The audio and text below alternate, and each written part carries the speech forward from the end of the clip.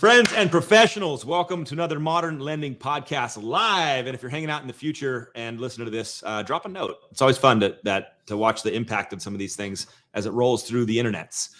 Today, I'm sticking with my East Coast people. We're bringing on Tammie Crainich. We're going to have a great conversation about what's going on in lending today, what's gone on before, and what we need to continue to do to win in 2023. She's a fantastic originator, and we're going to find out what kind of a grinder she really is. And look, before we start, I don't need anybody to make fun of my hair, okay? I know I need a haircut. It's like poking out weird here. Just watch your mouth, all right? Let's start it off.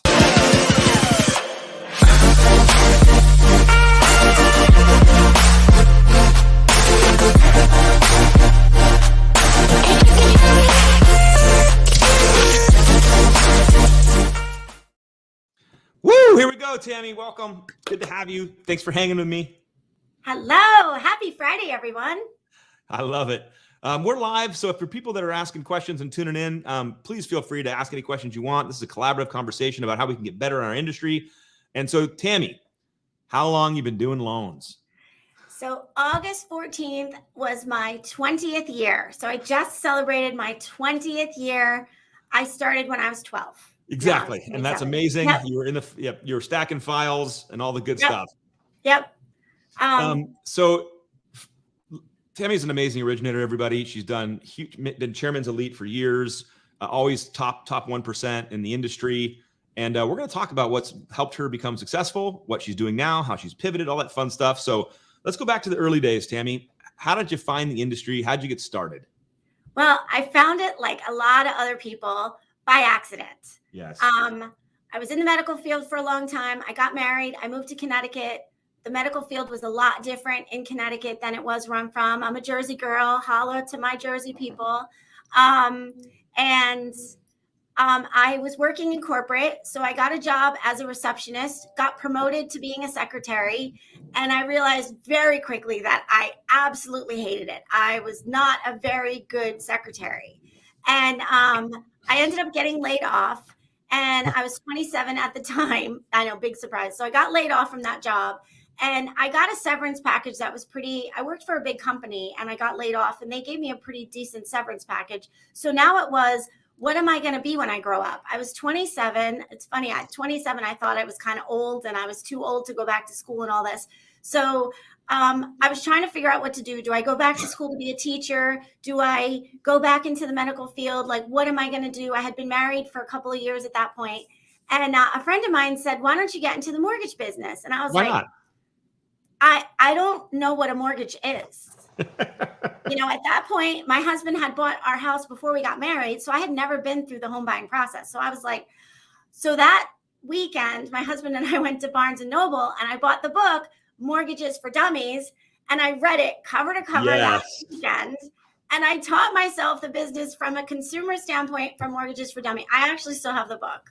So I was going to say, is it on if it was on this book stand behind you, that'd be amazing. You know what? I should have brought it in. You should have it. Yeah, you should have it. Like, you got to keep this book. This is like secret. So I taught myself the book, taught myself the business from a consumer's point of view. And so that's what I did. One of my first loans was a doctor. So I'm at the doctor's office. I'm getting an exam. He's like, so what are rates doing now? And I'm like, can we just focus on the exam? And, I met him for lunch like that afternoon and I refinanced his loan. And that was one of the first things I did. The first year in the business, I had no idea what I was doing. I worked like 16 hours a week. I made as much money as I did in my corporate job. And I was like, wow, this is great. Plus I was collecting unemployment still. I had my severance package. I was collecting unemployment. Rolling. It's great. I was like, this is the best job ever. But I did a lot of refis. So this is what I want to. This is where I want to start our conversation because, the whole intent of the season. If you're just tuning in and you're like, "What's going on with modern lending? What's the season this about?" We're trying to get as tactical as possible because we all came through a really hard end of 2022, and a lot of people got their business shaken up, and it's just normal in down cycles for this to happen. So I'm like, you know what? Let's just bring on great originators and talk about tactics and strategies, mindset, things they can do to continue to grow their business. So in the early days for you, Tammie, in the early days, I know you're hustling out, getting some refis. What did you start to do to break into the purchase world and to really kind of start setting your career up?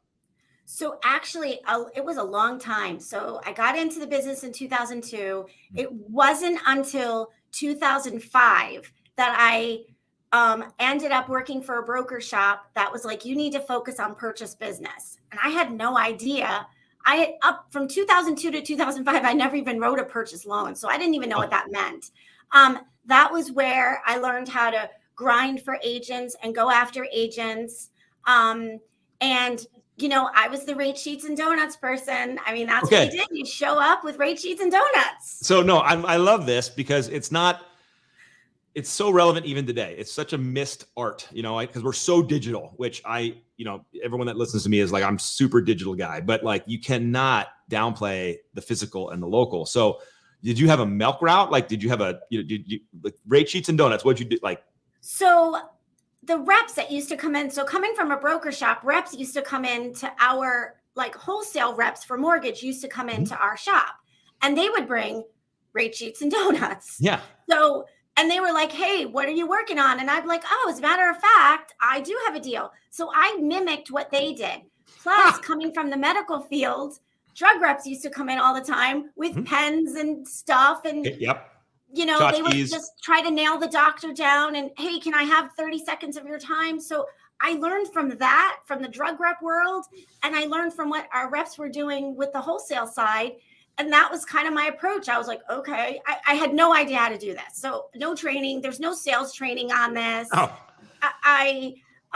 It's actually kind of funny. I got my sales training. I read Brian Tracy's book, Psychology of Selling, and they were on cassette tapes that I got from the library. Old school. So that was what I did. So probably from 2005 to 2007, that's what I did. And I got a little bit of traction. It was hard. It was hard back then, going to open houses.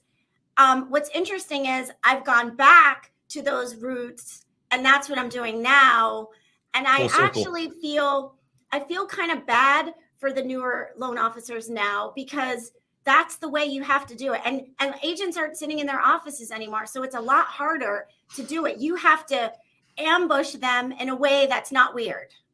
Let's unpack that, because that was my question. My question was, what was your strategy when you'd pop in, whether it was now let's merge it all, whether today or in the past that you still use to, quote, ambush this agent, and that you've never, what do you do, and what do you find that works? So I always knew I had to come in with something of value, because I know when those drug reps came in, they literally had half a second between the doctor going in between rooms to try to stop them. And so I knew I had to have something good. And the drug reps used to come in with a product or a new drug that they were presenting, or a case study that they had showed. So that was kind of the approach I took. Like, I was like, okay, what new product? So I really had to understand underwriting guidelines and really understand thinking of things from an agent's perspective. Okay, they don't want me sitting in their office, and our reps, our wholesale reps were the same way. They would come in, all right, what can I do to help you close this loan? Yep. So I kind of went into it with that perspective. What do I have that's going to be interesting enough to stop you for 10 seconds just to at least remember my name? We didn't have cell phones yet. Yeah, right. I think cell phones were just coming out, but it wasn't the norm yet. Well, you definitely didn't have smartphones. 24/7 yet. Yeah, no, definitely no smartphones at all. No smartphones. I think I had a flip phone still at that point. So, so something of value. What? So you mentioned products. Yep. Was there other stuff you do? So at that point, back then it was easy. You just had to have a pulse to get a loan. So, I would ask them, hey, is there any loans that you have had to turn down? We had a wholesale rep that would do like 500 credit score with 100% financing.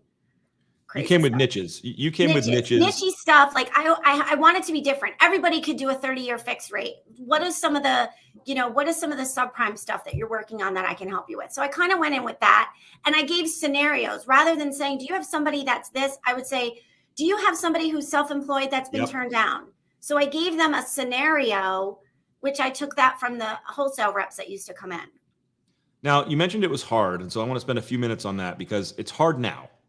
I mean, it really is. So if someone's brand new to the industry or someone is feeling brand new because the rug got swept out from under them, you're talking 2005, 6, 7. That's 3 years. But I'm assuming you got loans during that time from somewhere. You dug them out of the earth. Give some people some perspective of like what the real work takes. What does it take? So it really took outworking the people around you. Oh yeah. And that has been something that I carry with me to this day. You always have to be focused on your purchase business. And I know a lot of people don't like to work with real estate agents. But for me, that has been my lifeblood is Yep. real estate agents. I can really feel where some new people are coming from, where they just came off this great refi boom, made a lot of money, and thinking, wow, this could really be something. And then all of a sudden, like that, and that's really how it felt back then. Yep. Overnight, you're like, what just happened? So from that moment, I have always focused on my purchase. But I didn't do a lot of refis. I mean, I did my past clients refis, Yep. but I wasn't like the refi queen in the last 2 years. It was still focusing on my purchase business and always focusing on my realtors. So when I say hard, you have to think like, who are you targeting and what are they worried about? So much so that I take classes now for real estate agents more than I take classes for loan officers. I love that. Like, give me an example. What was the last one? Do you remember? So yeah, I just took a class on I'm giving a lunch and learn now on how to generate leads for realtors. And it's all stuff that I've already learned how to do for myself, but now that it's the script has been flipped on how to do it for real estate agents. Where do you get your leads from? I'm getting my leads from you, a real estate agent. Where are they supposed to get their leads from? And the secret hint is it's not buying them off Zillow. Yeah, no kidding. But how to grow a VIP list. In the last year, which we'll get to what I'm doing now, but in this last couple of months, I'm blown away that so many real estate agents do not track their leads, do not track where their business is coming from. So trying to help them figure out where their business is coming from and then grow that can grow their business so much. And back then it was more product. Right now it's more tactical. Okay. So do you recall any time during that 05 to 07 or maybe near the end of 07 where you had like what you would consider a breakthrough in your career? What happened? Honestly, I feel like I didn't have a breakthrough until I came to Loan Depot. Okay. Well, I'll take it. Yeah. I had a rough go at it. So from the broker shop, I could feel the market starting to change. I ended up in a call center. Yep. So again, grinding. I was great on the phone. I was like 33 years old and I was the oldest one there. It was kind of funny. Then 2007, like as soon as the calendar changed, I was one of the first people to lose my job. So I ended up losing my job 3 or 4 times that year. Finally, July of 2007, I ended up as an in-house mortgage I was an in-house lender for a real estate company. And honestly, that's probably where things really started to take off for me. Until 2008 happened. But that's where things really started to take off for me. Like, okay, this is where I'm going to be. This is how I'm going to do it. I really started to understand underwriting guidelines. I was in a fishbowl. I was in the trenches with agents. So once I got to like live with them, that's when things really started to take off for me for a while.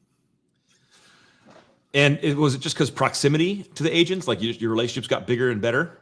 Well, what I found was a lot of in-house agents, a lot of the people that I worked with in-house felt entitled to their business. Yeah, that's good. I'm the one sitting here. Why aren't you using me? Yep. And that wasn't the approach I took. I took the approach that I have the privilege and the access to you. I want you to want to use me. Yep. And I talked to them. I learned what they liked. I learned what they didn't like. I knew who loved to hear that they just lost weight or who just came from the gym or learned about their kids, and they loved that kind of stuff. So I was a person to them, and I was interested in them, sometimes a lot more than I wanted to be. But I was interested. I wanted to hear about their kids and their dogs and their weight loss problems and their trying to quit smoking and all these things. And it was just, I felt like a therapist sometimes because they would just come in my office and just unload. And then, oh, by the way, I have a client for you to call, kind of a thing. But you just can't downplay real human connection. No. You weren't there treating them like, a vending machine and I show up and you give me a lead. You showed interest in other people, and shockingly, that starts building trust and rapport. Right. And then it was like, they were like, oh, by the way, I have a so-and-so. And then, the top agents in the office would start to they wanted to see consistency, because that at the time, that seat had been a revolving door for like every year. That seat would be a revolving door. So, of course, so a lot of the top agents weren't trusting me yet. And then as time went on, they did start to trust me more, and I started to pick up momentum. So that was probably 2000. That was like the fall, the summer of 2007, maybe going into 2008. So then the credit crisis hit. What happened to you, or what were you doing? So I was at the in-house lender, and a lot of the agents stopped working. Feels like happened at that this point, year. I know. I was like, it was great that I had a 50% capture rate, but 50% of zero was zero. Exactly. The real estate office went through a huge hit. And a friend of mine was actually, he was working in a doctor's office doing, he did LASIK. So he was like, hey, listen, I heard what happened to Lehman Brothers. I feel like it was right at that same time that Lehman Brothers, I had a loan that was cleared to close. And at the last second, we're 2 days from closing, the underwriter threw a condition on there that they wanted them to sell their co-op before we could close. And they hadn't asked for that. So now the agent was mad. And I was just like, I just didn't know where I was going to go at this point. And I was like, I don't know if I have the stomach to do this again. And so a friend of mine said, why don't you come work? Listen, I heard what happened. Why don't you just come work at this doctor's office for a while? I need help selling LASIK. So I was like, well, I want to give this a chance first. I was like, you know what? You're going to pay me money just to show up every day for a while. Okay. So I ended up doing that it was pretty much exactly a year, like October 2008 to October 2009. And then October 2009, my boss called me back. He's like, and at that point I was missing the business because now my friend had bought a house. I was paying attention to what was going on in the market. I was already thinking I want to come back. My NMLS number had stayed. It never changed. So exactly a year later, 2009, my boss called me. He's like, what will it take for you to come back? Secretly, I'm like, well, let me think about it. But in my heart, I'm like, please take me back. And I feel like in that year, I had grown as a person. I knew not to get upset about appraisals coming in low. I knew how to handle clients when their credit wasn't good, if they didn't work. I knew how to handle an agent who was flipping out in my office because their client didn't qualify. So I felt like I had grown as a person, and I was able to be professional now and not worry so much about, I wasn't going to be emotional in this business. It was going to be, I was going to be professional about it. And when I came back, I got licensed in 2010. And then it's just been a great ride ever since.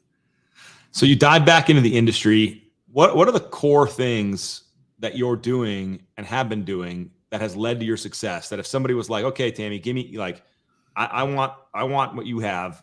What are the core things I need to focus on? What would be your advice?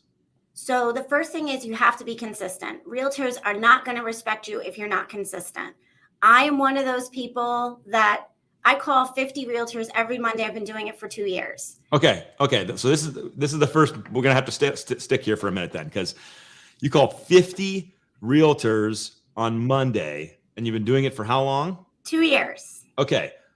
Whoo! How did you start doing that? How was the reaction? Because I now know some are now expecting it because it's been 2 years. But I gotta imagine you just hey, it's Tammie. So give us the progression of this. So I'm at a coaching program, and what I love about this coaching program is it's very tactical.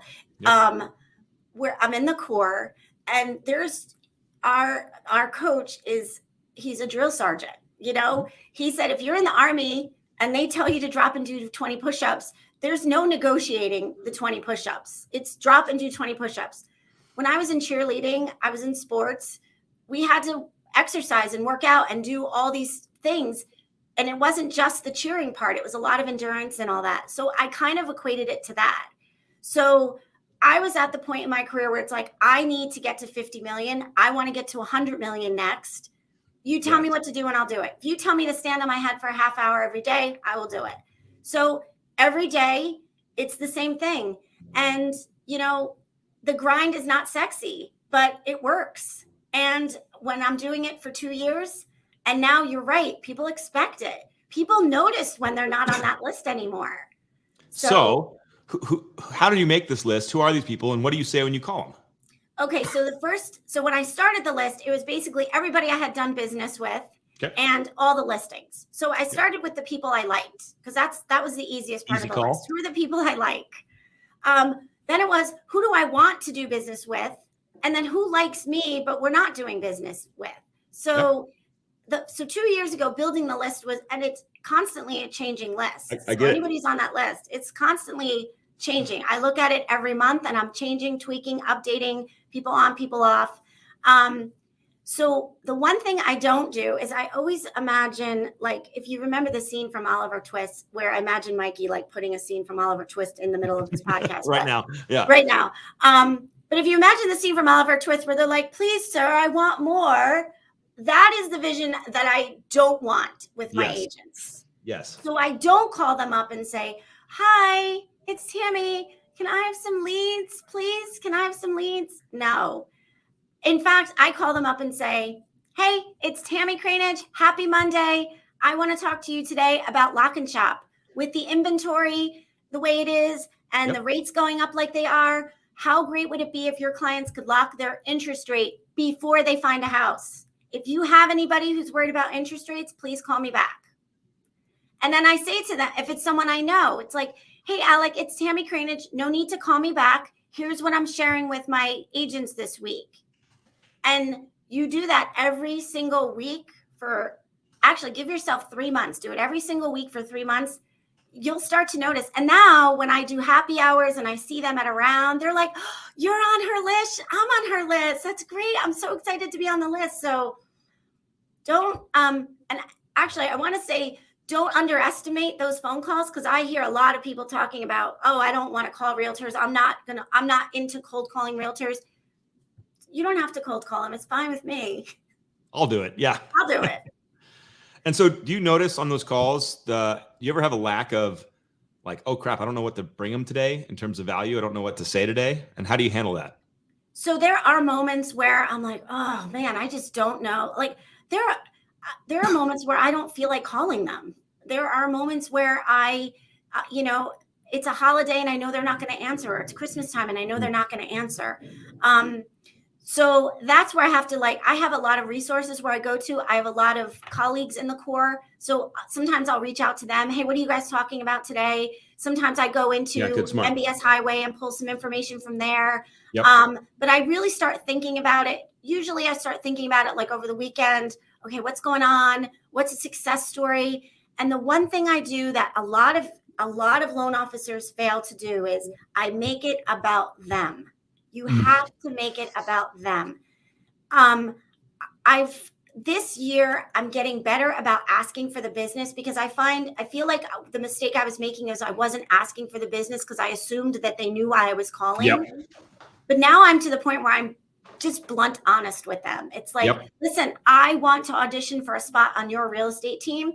So if your lender is not giving you 5-star service, let me know. And I just say it. I don't care anymore. Now I don't even apologize. So Vincent's asking, same realtors every week. And I think you said it does change. It changes, right?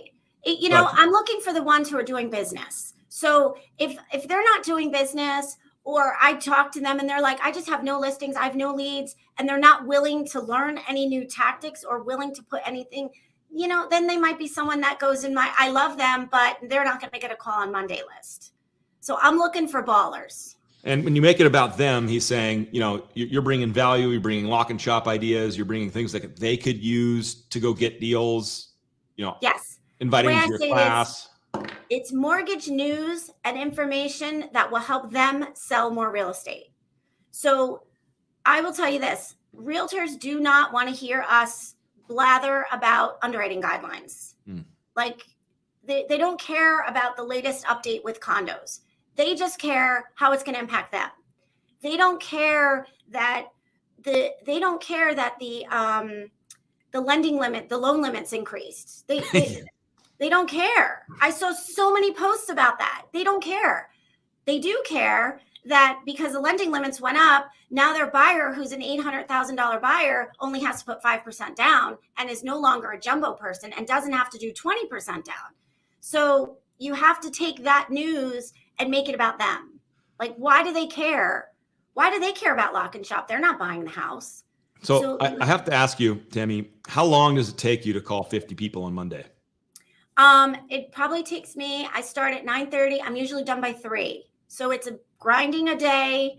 I make my assistant bring me water. She orders my lunch for me. I make sure I have breakfast, and I start at 9:30 and I have my video ready. I have my script ready. And I go and I just go and go and go and go. I've gotten to the point now where if I need to use ladies' room, I will put my earbuds in. I can make a call there and I can make a call back. So I try to be super efficient with my time because I don't want to be doing this all day. And how many of the calls would you estimate just go to voicemail?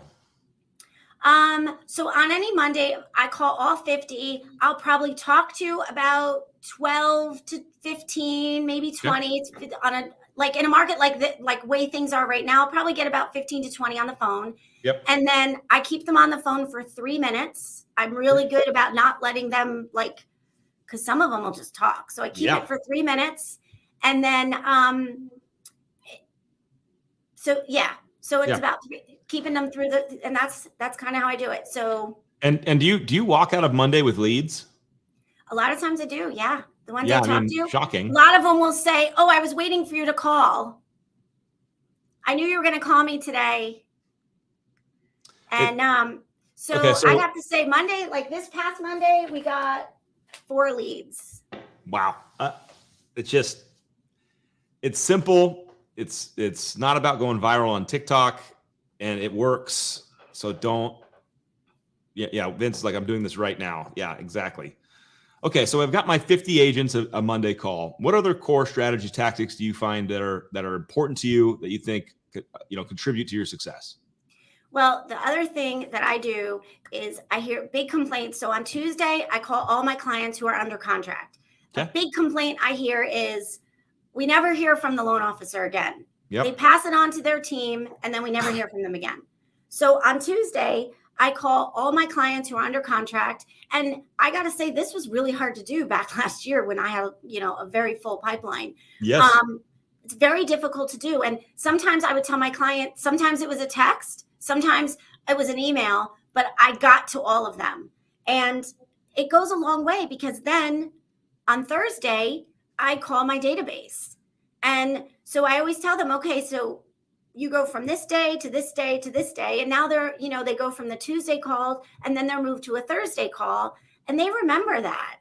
And then they're invited for pie every Thanksgiving. So, they remember, they remember that I kept in touch with them. Yes. My processor talked to them a lot during the process and I prepare them for it. My team handles all the administrative stuff, which if you saw the beginning of the show, I'm not really good with administrative stuff. So they handle that, but I'm your point person. If you can't sleep at night, if you need me to walk you through this again, I am here for you. And I really am there for them. So we got the Monday calls, we got the Tuesday past customer touch base. What are the core things that if loan officers should be doing? So on Wednesday, I call my pre-approvals and I divide them into 30, 60, 90, 120. And it used to be a lot easier to do that. But now that they're getting beyond 120 a little more, it's starting to get a little bit, that's becoming more of a challenge. I treat my pre-approvals like they're real loans. Because so many times they will say, "Oh, well, I didn't hear from you, so I went with this guy." I know. It's a tragedy. It's so upsetting to me. Losing a pre-approval hurts more than losing a lead or even a loan in pipeline, honestly. So on Wednesday, I focus on my pre-approvals. We've got it divided up. Everybody who's 30 days from, and I use credit reports as a gauge because that's how we can easily pull it in our CRM. I pull the ones for 30 days out, whose credits 30 days new, 60 days out, and I do it like that. Okay. And that is surprisingly, and that helps me call realtors because now I can call the realtor and say, hey, just so you know, I spoke to John Smith and they're going to be looking again. Their lease is up in March. They're going to be looking again starting in April. So I'm going to get there. And guess what? That realtor completely forgot about John Smith. Of course they did. And then Thursday is my database. And then Friday, I call all my old leads. So anybody who hadn't converted from the week before, I try to go back as much as I can. I call all my whales. So, and my whale agents know who they are. And I tell them, you are an awesome agent. I am an awesome loan officer and we should do business together. And I'm going to keep calling you until you let me meet with you and tell you how I can audition for your team. So good. That's so good. I want to go back real quick though, because we've skipped something too fast. Database, past customers. What does that look like? Literally, what are you doing? So I use HomeBot to help me with that. Okay. And I first started using HomeBot as a way to get refi business because they go in there and then it's attached to Mortgage Coach and they would. So that was my first thing with it. But then I realized it actually gives them updates on their house. It actually is an AI that keeps thinking and remembering and changing. So I don't always remember what to say to these people. So I'm like, hey, Alec, it's your Tuesday up. It's your Thursday call. You bought your house. Happy house anniversary. Yeah. I wanted to let you know, did you know that you've got about $30,000 in equity since you bought the house last year? Okay. I don't know that. HomeBot told me. HomeBot told me that. HomeBot reminded me that they had PMI. HomeBot told me what they could do to pay the mortgage off quicker. So there's something in there that I can use to do those annual reviews and update calls with them. How many past customers are you reaching? Huh? Say again? Okay. How many past customers do you think you call on that day? So I go by 30, 60, 90. So whoever closed 30 days ago, 60 days ago, 90 days ago, and then I go 1 year back.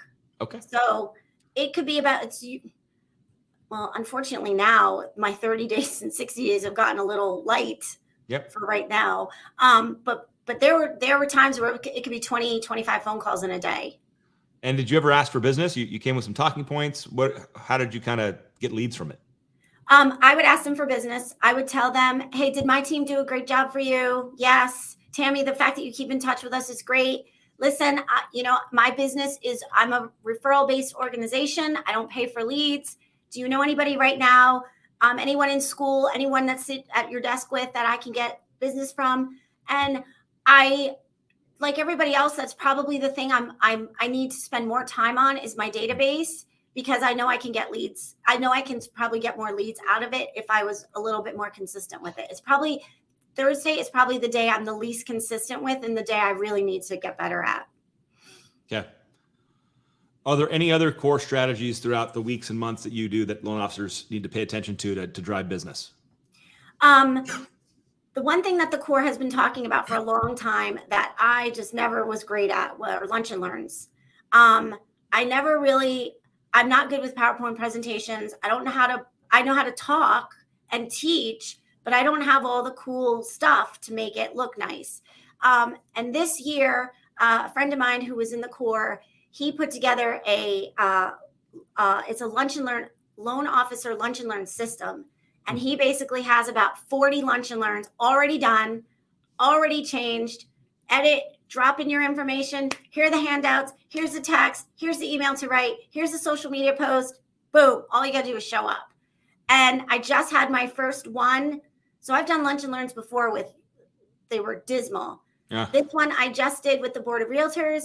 We had 25 people RSVP and we had 15 show up. There you go. It was so good. I guess it was so good that a real estate office has invited me back so that I could do it again for them on Tuesday. So I love that strategy. That is my strategy for this year is to focus on those lunch and learns. Killer. All right. So Tammie, let's go a slightly different direction for a few minutes.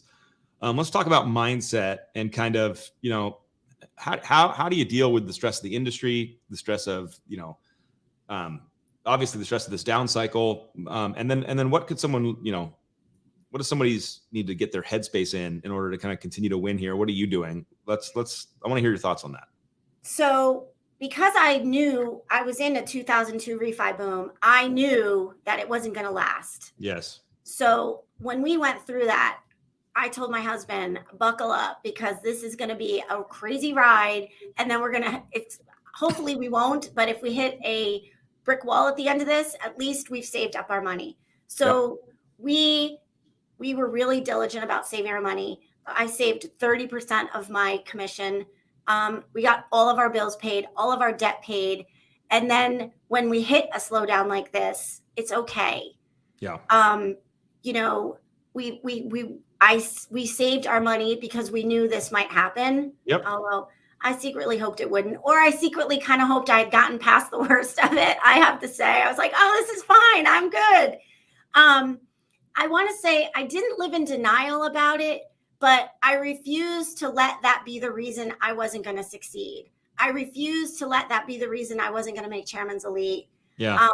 If I had to scratch and claw my way to Chairman's Elite, I was going to scratch and claw my way to Chairman's Elite. Once you taste that, you can't go backwards. So I had to just tell myself, is what you're working on right now going to get you to the next step? And I was tired like everyone else. I needed a break.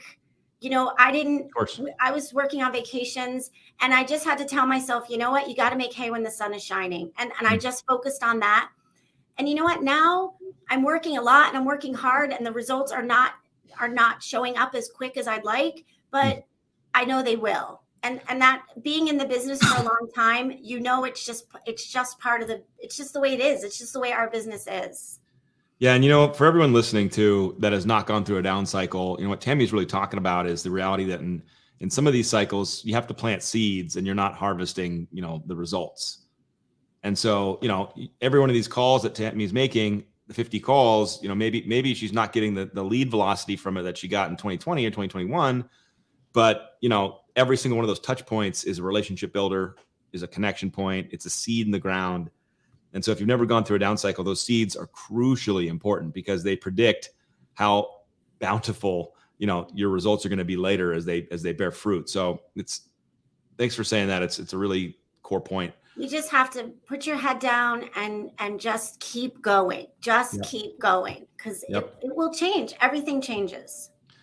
Well, and to your point, about that joke you made is like, I don't care if you make the calls or not, because I know what I'm going to do it. There is a core reality here that there's going to be people that just can't do any of this stuff. It's too hard. And for them, they're not emotionally prepared. They're not willing to put in the price, to pay the price. And so they're not going to make it.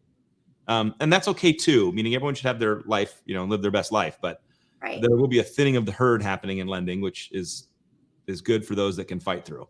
I have a friend of mine who, if he's watching, he knows who he is. He's really, really good at doing Facebook ads, really good at it. He's gotten to the point now where he gets so many Facebook ads that he had to hire a telemarketing company, that he has now gotten his own telemarketing company, and he's able to convert those leads. And, I'm jealous of him because he could do these Facebook ads like in his sleep. And we'll talk sometimes, and he's like, well, I'm jealous of you because you're always going to have realtors because you can do this. So from talking to him, everybody has their thing, and they just have to own it and commit to it. That's the thing too. You have to find what works for you and commit, and don't look anywhere else. Just commit to what you're good at, and it will work. Yeah, 100%. I mean, there are multiple ways to be successful in lending. But the one thing that is underlying truth that you heard Tammie say 17,000 times is consistency. If you can't be consistent, it doesn't matter how many times, what you're doing, it will never bear fruit because you'll be all over the board. Mm-hmm. That's 100% true. And the agents know. Let me ask you this, Tammie. Why do you stay in lending in 20 years? What makes you stay here? So I've asked myself that question a lot. People will say to me, if you were in lending, what would you do? And at this point, I don't know what I would do. At this point, I'm done. The minute I'm out. I'm done now. But I actually got the answer to that question a couple years ago. A recruiter from, I don't even know, it was a paycheck company. I think it was Paychex, actually. Oh. A recruiter from Paychex called me, and they were like, hey, I know you're very successful in lending, but would you like to come and just talk to us? We're looking to grow this. And, I'm a recruiter for Paychex, and I'm trying to reach outside the box. And I was like, all right, whatever. I don't mind hearing what other people have to say. I had no intention of leaving, but I was curious to see what other kind of sales jobs were even out there. And I went through the interview process, and what I really appreciated about being in lending is that my agents need me. My agents need me to be able to explain an appraisal gap strategy. They need people who understand how a buyer incentive work. They need to understand how a seller incentive work. They need to understand this stuff. And there's so many lenders out there because it's so easy, it's easy to get into our business. It's hard to stay in it. But yes, you think just having a charming personality is going to do it. And that will work sometimes. But until you're in the trenches and helping a realtor, this is so for some of them, they get paid 12 times a year. That's it.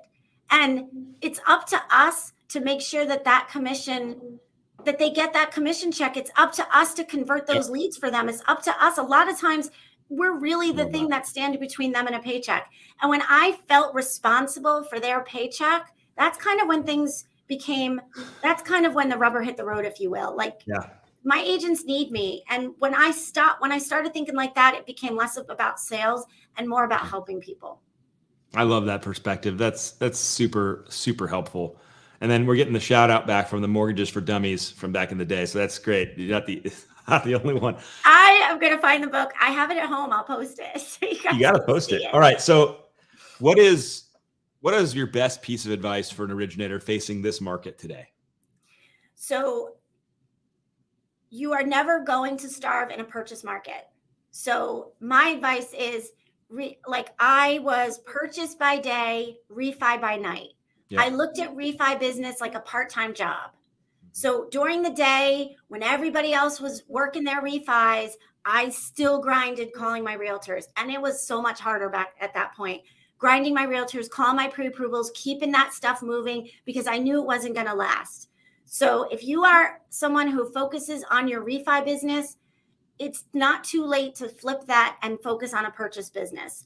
Realtors are tougher to work with. Their loyalty, there's not a lot in the way of loyalty, but when you're consistent and you have a lot of them, that it gets easier. It doesn't get, I should say this, it doesn't get easier, you get better. That's it. And then you'll be okay and you'll never starve.